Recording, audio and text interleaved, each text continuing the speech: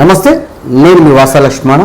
Sircilla MLA KTR గారు సిరిసిల్లకు రాహుల్ గాంధీ గారు అంటారు కదా, టాటా బై బై కథం, అట్లా సిరిసిల్లకు గుడ్ బై చెప్పే ఆలోచనలో కేటీఆర్ గారు ఉన్నట్టు సమాచారం. ఇట్లారా మరైనా భవిష్యత్తు రాజకీయాల కోసం జూబ్లీహిల్స్ ప్రాంతాన్ని ఇప్పటి నుండి తనకు అనుకూలంగా చేసుకుంటాడా?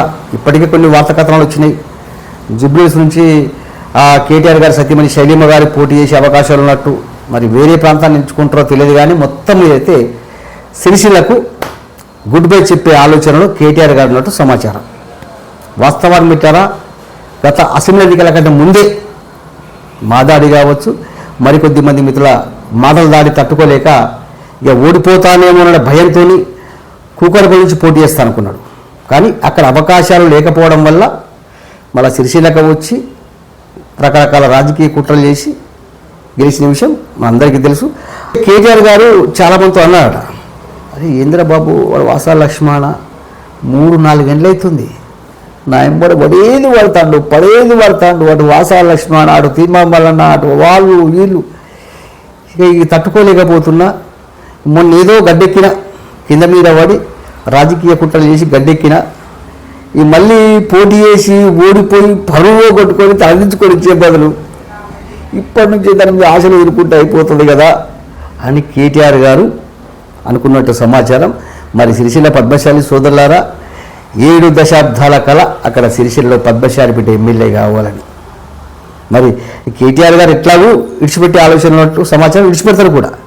మళ్ళీ ఏ రావును రెడ్డిని తీసుకొచ్చి దురాని కాల్ముక్త బాంచం, రెడ్డిని కాల్ముక్త బాంచనని మళ్ళీ గిట్లుంటారా? లేక సిరిసిల్ల నియోజకవర్గాన్ని పద్మశాలి బిడ్డ ఎమ్మెల్యే అయ్యేందుకు సిరిసిల్ల పద్మశాలి కంకణబద్దులవుతారా? ఆలోచించండి. సిరిసిల్ల పద్మశాలి సోదరులారా, 3-4 ఏళ్ళుగా శ్రమిస్తూనే ఉన్నాం. ఇప్పటికీ కేటీఆర్ గారికి అర్థమైపోయింది, బాబు ఇడిచిపెట్టారా బాబు, వాసా లక్ష్మి ఎంత విడిచిపెట్టినా సరే వాసా లక్ష్మి విడిచిపెట్టాడు, రోజు పరువు తీసేస్తున్నది. కాబట్టి వద్దనుకుంటుండట.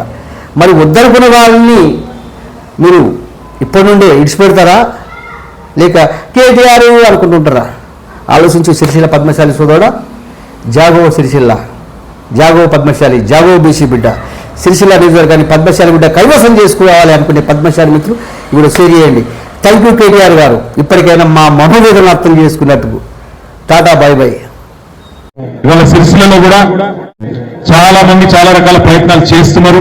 చాలా రకాల దాడులు, మాటల దాడులు కూడా మనం ఇది చేస్తున్నారు, మీరు చూస్తా ఉన్నారు. మాటల దాడులు కూడా మనం ఇది చేస్తున్నారు, మీరు చూస్తా ఉన్నారు. అక్కడ కొండలక్ష్మి బాబు విగ్రహం ఉందండి.